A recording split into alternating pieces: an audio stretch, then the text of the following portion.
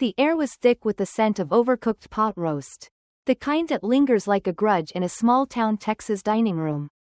At 26, Ava Bennett sat at her family's chipped oak table, her fork scraping against a plate that had been hers since middle school, cracked, worn, and never replaced. The fluorescent lights buzzed overhead, casting a sickly glow over her mother, Lorraine, her father, Warren, and her older sister, Tessa. No one spoke. Not really. Lorraine scrolled through her phone, prepping for her next real estate webinar, her face lit by the screen's cold glow.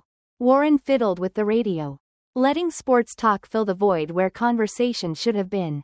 Tessa, 29, typed furiously on her laptop, her manicured nails clicking like a metronome, her half-smile sharp enough to cut glass. A stranger sat across from Ava, a man her father vaguely introduced as a work buddy. No name, no handshake, just another body at the table. Another reason for Ava to feel like she didn't belong. Then Lorraine spoke, her voice soft but razor-sharp. It's hard feeding 4 mouths when only 3 contribute. The words landed like a guillotine. The room froze. The stranger paused mid-bite. Tessa didn't flinch. Warren sipped his iced tea, unfazed, as if Ava had just been erased in real time. Ava stared at her plate, chewing slowly, her only defense against the tears she refused to let fall. She was 26, but in that moment, she felt like a child again, invisible in her own home. That night, in the dim glow of the living room, Warren called Ava in. He handed her a folder, his voice calm, almost kind. You're 26 now, Ava. Time to handle your own insurance. Inside was a form removing her from the family's health plan. Her name was printed at the bottom, faded, like it had been waiting to be deleted for weeks. She signed it, not because she wanted to, but because she didn't know how to fight a family that didn't see her. The pen felt heavy, the ink a quiet betrayal. Back in her room, under the flicker of a dying desk lamp, Ava stared at the form. She whispered to herself, "They want me gone." The truth settled in her gut like a stone. For 2 weeks, the house grew colder. Lorraine stopped asking if Ava needed anything from the store. Warren quit mentioning bills. Tessa barely looked up when Ava entered a room. Ava folded her laundry with precision, washed dishes before anyone asked, hoping utility would earn her a place. She packed a duffel bag, just in case, tucking it behind Christmas decorations in her closet. On a humid Friday, she took a walk to clear her head. When she returned, the house was silent. No radio, no typing, just an envelope on the counter. Inside were 2 $100 bills and a note in Warren's handwriting. "We think it's time. You'll land on your feet. You're smart. No, we love you. No, call us." Just $200 to buy her silence and send her away. Ava didn't scream. She didn't beg. She grabbed her duffel, added a toothbrush and charger, and left her high school diploma on the nightstand. The front door clicked shut behind her, final as a coffin lid. The first night, Ava sat in a 24-hour diner, nursing coffee until dawn. The second, she curled up on a bench under a faded billboard. The third night, a Texas rain soaked her through. She stood on her family's porch, knocking once, twice, 3 times. Through the curtain, she saw Lorraine's silhouette. Their eyes met. Then the curtain snapped shut. Ava stood there, rain pooling in her shoes, until the cold forced her to turn away. She ended up at a roadside motel, the kind with flickering neon signs and a vending machine that stole quarters. The $200 bought her a mildew-scented room for a few nights. Lying on the thin sheets, Ava scrolled through her phone. No messages, no missed calls. The silence was louder than any rejection. Something broke inside her, not a sob, but a quiet fracture. "If this is what it feels like to be erased," she whispered, "then I'll vanish on my terms."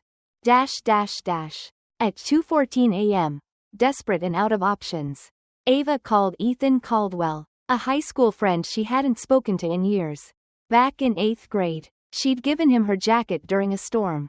He'd never forgotten. When she arrived at his small apartment above a bakery in downtown Austin, he opened the door without a word. One look at her, wet, exhausted, clutching her bag, and he handed her a faded hoodie. "You gave me yours back then," he said. "My turn." For the first time in days, Ava felt seen. Ethan's apartment was simple, no clutter. Strong coffee, a pull-out couch. He worked remotely, fixing tech issues and doing odd jobs for the building. Ava stayed quiet, helping where she could. One day, she fixed a messy billing spreadsheet for him. Ethan stared, amazed. "You ever think about doing this for real?" he asked. Ava didn't answer, but the question lingered. One night, over rice and eggs, Ethan said, "When I was a kid, I thought disappearing hurt less than being ignored."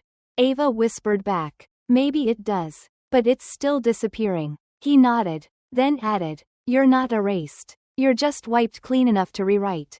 Those words cracked something open in her. Not a flood, but a sliver of light. Ava's laptop, ancient but stubborn, flickered to life. She applied for freelance gigs, writing, data entry, anything to start. Then, aimlessly, she clicked on a property auction site. Scrolling through listings, one address stopped her cold. 112 West Maple Drive, Austin, her family's 6-unit building. Listed as distressed. Her heart pounded. This was their home, the place she'd grown up in, now on the brink of being lost. Digging deeper, Ava found the truth. The building was owned by a shell company, Crest Realty, tied to a P.O. box Lorraine used years ago for a failed bakery venture. Mortgage records showed missed payments, penalties, and a default notice dated 2 weeks prior. Lorraine had secretly mortgaged the property, risking everything without telling Warren or Ava. The betrayal wasn't loud, it was surgical. Like everything else her family did. Ava didn't sleep that night. She wasn't plotting revenge, but something fiercer, reclamation. She contacted Ethan's friend, a real estate lawyer named Mark, who helped her form an LLC. She named it AHB Holdings, her initials. Her claim, with $200 and a borrowed laptop. She bookmarked the auction date, 17 days away. Ava scoured her old hard drive for freelance documents but found something else. A scholarship essay she'd written for Tessa years ago. It was raw, personal, about being the unseen backbone of a family. Googling it, Ava found it on Tessa's blog. Word for word, under Tessa's name, "How I Became My Family's Strength." The theft stung deeper than the $200 envelope. Tessa hadn't just taken her words, she'd claimed Ava's pain as her own. At a city zoning meeting, Ava learned about foreclosure auctions. A man in a plaid shirt recognized her. "You're Lorraine's kid, aren't you?" he said. "You've got her fire, but none of her cold." He mentioned the Maple Drive building, saying it needed new blood. His words stuck with her.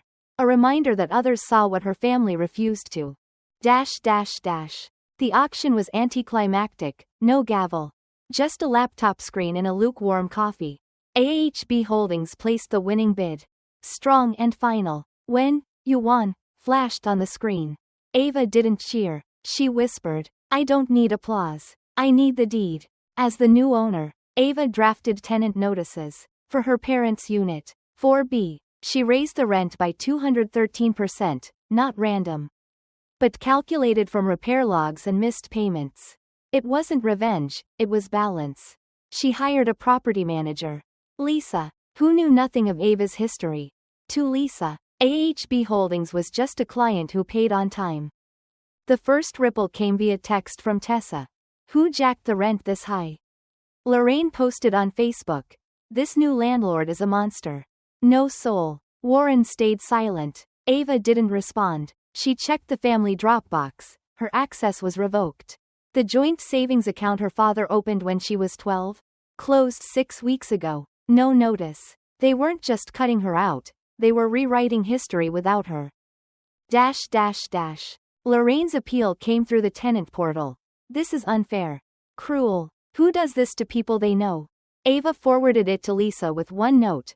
"Respond per lease clause C, no exceptions." She didn't owe them words. Her actions spoke louder. Driving by the building one night, Ava saw the porch light flickering, the one she'd fixed at 13. Hoping someone would notice. No one had. Now, it blinked on her property. Under her name. They'd built walls to keep her out. She'd turned them into doors. Lorraine's Facebook post was a sepia-toned photo from a picnic. Ava's face cropped out. The caption read, "Some children choose greed over blood." Comments poured in. Sympathy. Bible verses. Cousins claiming Ava had joined a cult. Tessa messaged, "What did you do?" Ava blocked them all. At Warren's retirement dinner, hosted by the WA, Ava arrived in a blazer. AHB Holdings badge clipped to her lapel. The room hushed as she stood. "I'm Ava Bennett, representing AHB Holdings. Lease terms are updated. Market rates apply to all. No exceptions." Lorraine gripped her fork. Warren stared at the program. Tessa's smile was too tight. Ava left before dessert, pausing at a photo display. Her childhood picture was missing, but an empty thumbtack marked where it should have been.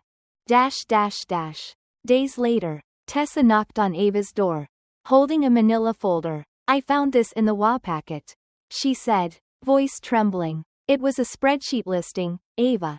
Dependent expenses, $18.230. Lorraine had reduced her to a line item. Tessa admitted she'd made excuses for their mother. Ignoring the cruelty, she slid over a lease agreement. Ava's name clear under AHB Holdings. "You never asked for credit," Tessa whispered. "That's how I knew it was you." They sat with cold tea. No apologies, just truth. Tessa didn't ask for forgiveness. Ava didn't offer it. "I'm done setting fires to prove I was cold," Ava said. Tessa left, saying, "You were never the extra mouth." Ava replied, "Next time, knock with truth, not fear." A letter came from Lorraine. Slipped through the mail slot. "You never said what you needed. Maybe we assumed too much." No apology, just blame in neat cursive. Ava tucked it away with old chargers. Unanswered, she walked the building's halls. Now hers. Mrs. Ellison, a tenant, gave her a lavender plant. "It keeps bitterness away," she said. Ava placed it by the lobby window, where light hit it daily. At a community event, she saw a photo collage. One image showed her at 6. Half cut from the frame. Unnamed. She didn't linger. That night, Ava burned her only childhood photo, not in anger, but in peace. She wasn't that girl anymore. She finalized her will, leaving half her assets to a fund for women escaping toxic homes. Named after Lorraine's maiden name for irony. In a scholarship video, she said, "They edited me out, so I wrote my own story. If you're watching, maybe you should too." Passing the building one last time, Ava heard laughter from the backyard. She didn't stop. "I forgive you," she whispered to the wind. "Not for them. For me." Healing wasn't about revenge, it was about walking away. To those listening, have you ever felt like the extra mouth? The one who didn't belong? Did you fight back, grow from it, or are you still carrying it? Drop a 1 in the comments if this hit home. Or share your city. Let's make space for silenced voices. If this didn't connect, tell me why and where you're from. I'm here to listen. Subscribe for more stories of quiet strength and reclaimed power. You never know when the next one might feel like yours.